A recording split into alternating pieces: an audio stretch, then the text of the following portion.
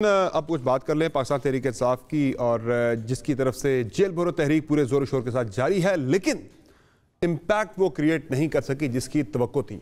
और जो supreme court का लार्जर बेंच इस वक्त समाअत कर रहा है, उस पर पीडीएम की राय तो आ गई, उन्होंने एतराज़ अपना उठा दिया है बेंच के ऊपर। क्या पाकिस्तान तहरीक इंसाफ को भी बेंच के अंदर शामिल कुछ जजेस पर एतराज़ है? इस पर बात करेंगे फ़ारूक हबीब साहब से, पाकिस्तान तहरीक इंसाफ के रहनुमा हमें प्रोग्राम में ज्वाइन करें। फ़ारूक हबीब साहब, बहुत शुक्रिया आपने प्रोग्राम में ज्वाइन किया। ये बताएं कि जो 9 रुकनी बेंच समाअत कर रहा है सुप्रीम कोर्ट ऑफ पाकिस्तान का, उसमें से 2 जजेस पर पीडीएम ने तो एतराज़ उठा दिया है। आपको या आपकी पार्टी को तो किसी जज पे एतराज़ नहीं है? देखें, बुनियादी तौर के ऊपर मुझे आप ये बताएं कि ये जो एतराज है ये मीडिया की जीनत क्यों बन रहा है? ये तो चीफ जस्टिस ऑफ पाकिस्तान का इस्तेहकाक है भाई, कॉन्स्टिट्यूशनल मैटर है। 90 रोज के अंदर इंतखाबात होने हैं, ये आइन में लिखा हुआ है। इसमें मुझे बताएं, इसमें पीडीएम कहां से पार्टी बन के आ गई, या मैं पार्टी बन के आ गया हूं? पीडीएम का क्या इसमें स्टेक में? क्या पीडीएम 90 रोज में इंतखाबात ना करवाने की मुखालफत करती है? तो अगर करती है तो उन्हें क्या आइन में तरमीम कर लें? आइन में तरमीम करने के लिए उनके पास नंबर्स पूरे नहीं है। तो ये तो एक प्योरली कॉन्स्टिट्यूशनल मैटर है, लेकिन जानबूझ के जो है वो पाकिस्तान की अदलिया को मुतनाज़ बनाने की साजिश की गई है। ये जो मरियम सफदर ने इल्जामात लगाए हैं, ये इल्जामात उन्होंने तौहीन अदालत की है, और इनकी तारीख है। नवाज शरीफ ने सुप्रीम कोर्ट ऑफ पाकिस्तान पे फिजिकल हमला किया था, कोयटा बेंच पे ब्रीफ केस इन्होंने चलाए थे। जो इनको मर्जी का फैसला नहीं मिलता उसकी किरदार कशी शुरू कर देते हैं। मुझे ये बताएं कि इस बेंच में 5 जजेस वो हैं जिन्होंने कासिम सूरी की रूलिंग को मुस्तरद किया था। हमने तो किसी के ऊपर एतराज नहीं किया। हम कहते हैं कि प्योरली आईनी कॉन्स्टिट्यूशनल मैटर है, उसको कोर्ट को देखने दें, कोर्ट उसके ऊपर फैसला करे, आइन की इंटरप्रिटेशन करे, उसकी तशरीह करे। और 90 रोज के अंदर जो इंतखाबात के हवाले से जो अभी तक डिले किया जा रहा है, इलेक्शन कमीशन कलीमुल्लाह बना हुआ है और गवर्नर समीउल्लाह बने हुए हैं। कलीमुल्लाह से समीउल्लाह, समीउल्लाह से कलीमुल्लाह, मीटिंग्स आनिया जानिया लगी हुई हैं, लेकिन नतीजा इसमें सब अच्छी चीज यह है कि सुप्रीम कोर्ट ऑफ पाकिस्तान ने मैटर को टेकअप किया है, लेकिन जाहिर है इस मैटर के टेकअप करने का असल फायदा तब आएगा कि जब किसी भी किस्म के तनाज़ात ना हो फैसले से जुड़े हुए। अब पीडीएम कह रही है कि इस पे फुल कोर्ट बना दें लार्जर बेंच की जगह पर, तो आप इस आइडिया से एग्री करते हैं कि फुल कोर्ट बना दें? समर, ये डिबेट ही नहीं है। मैं फिर आपको ये कहूंगा, मुझे आप ये बताएं, क्या आइन में ये नहीं लिखा 90 रोज में इंतखाबात होने चाहिए? मुझे आप ये बताएं, अगर आज आइन पर अमल दरामद हो रहा होता, जो आज ये कह रहे हैं फुल कोर्ट बना दें, मुझे तो वो अगर आइन पर अमल दरामद इलेक्शन कमीशन करवा देता, गवर्नर कर देता, आज आपको सुप्रीम कोर्ट ऑफ पाकिस्तान को आना ना पड़ता। सुप्रीम कोर्ट ऑफ पाकिस्तान ने अल्टीमेटली डिफेंड करना है पाकिस्तान के आइन को। और आप और मैं कौन होते हैं टीवी के ऊपर बैठ के हम ये डिबेट करें कि फुल बेंच बनना चाहिए या नहीं बनना चाहिए? इसमें कोई आईनी बड़ा क्वेश्चन मौजूद नहीं है। ये सीधा सीधा आइन की तशरीह है।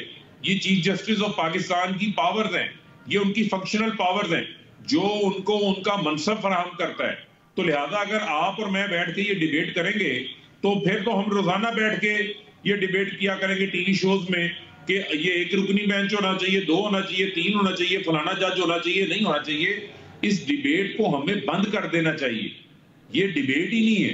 लिहाजा सुप्रीम कोर्ट के पास उनका चाहे 2 रुकनी बेंच हो, 3 रुकनी बेंच हो, 9 रुकनी बेंच हो, उसकी तमाम की पावर्स, फैसले करने का इख्तियार वो एक जैसा है और उन फैसलों की बाइंडिंग भी एक जैसी होती है। सुपीरियर कोर्ट है, अदालतें उसमें। अभी तो की एक्सपेक्टेशन का लेवल बहुत हाई है, लेकिन जब मामला किसी भी तरफ जा सकता है।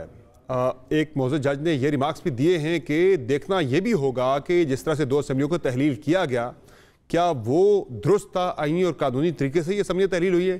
तो अगर असम्बलियाँ बहाल हो जाती हैं, एक पॉसिबिलिटी है, तो इस फैसले को फिर आप मानेंगे, कबूल करेंगे?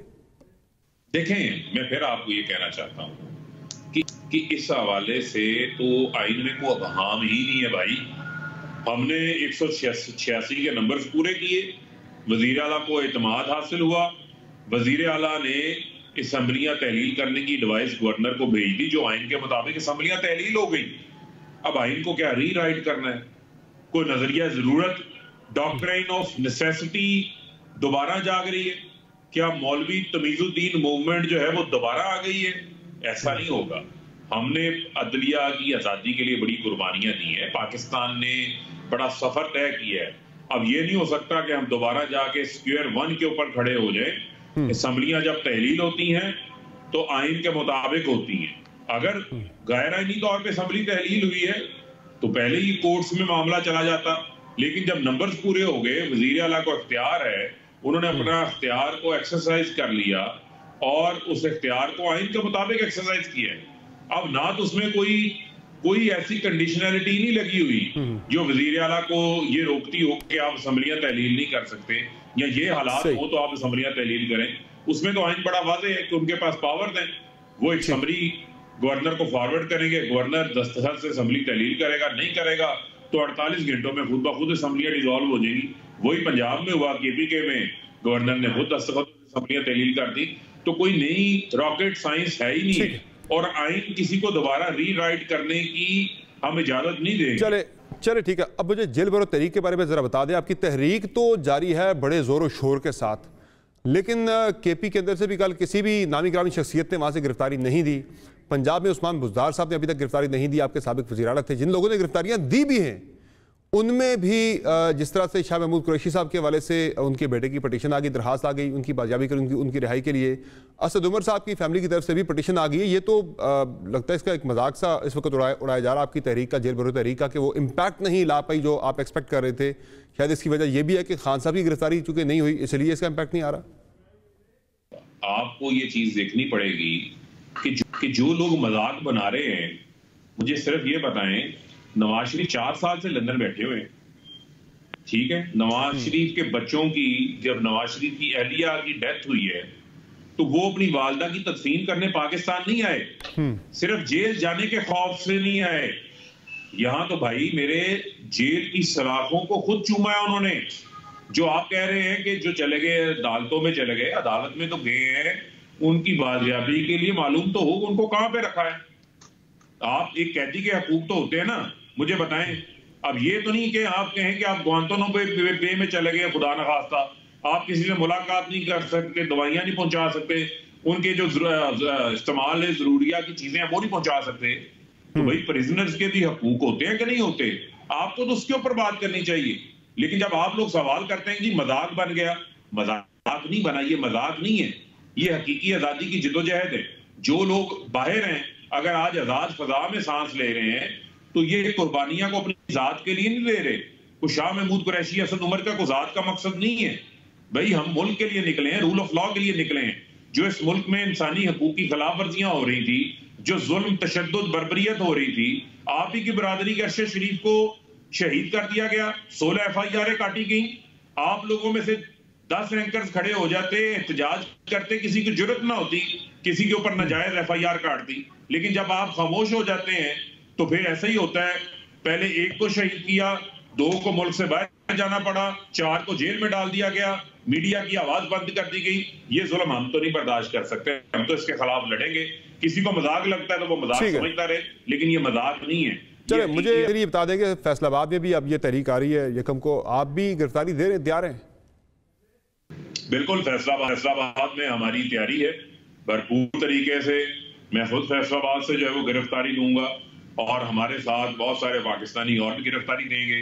यहाँ पर तो पावर लूम भी कबाड़ के भाव जो है वो बिक रही है। पावर लूम भी यहाँ पर फैक्ट्रियां बंद हो चुकी हैं, लोग तंग हैं।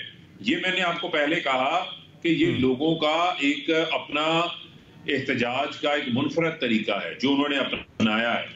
इससे ये भी एक पैगाम जाता है कि लोग अब इनकी जेलों से भी नहीं डरते, लोग खौफजदा नहीं है। आपने 3 MPO लगाई, दफा 144 की खिलाफ वर्जी में 3 MPO लगाई। कहने को ये निगरान हुकूमत है समर, इस पे जरा गौर करें इन चीजों पे। कहने को ये निगरान हुकूमत है, निगरान हुकूमत का मतलब है कि न्यूट्रल सेटअप होगा, लेकिन ये निगरानी वालों का सेटअप है जो कहते हैं 3 MPO लगा दो, फलानी जेल में भेज दो, फलानी जेल में भेज दो, दूर दराज जगहों में भेज दो, मुलाकातें बंद कर दो। कर लें, आपने पहले भी बड़ा जुल्म किया है, 10 महीने जुल्म किया है ना।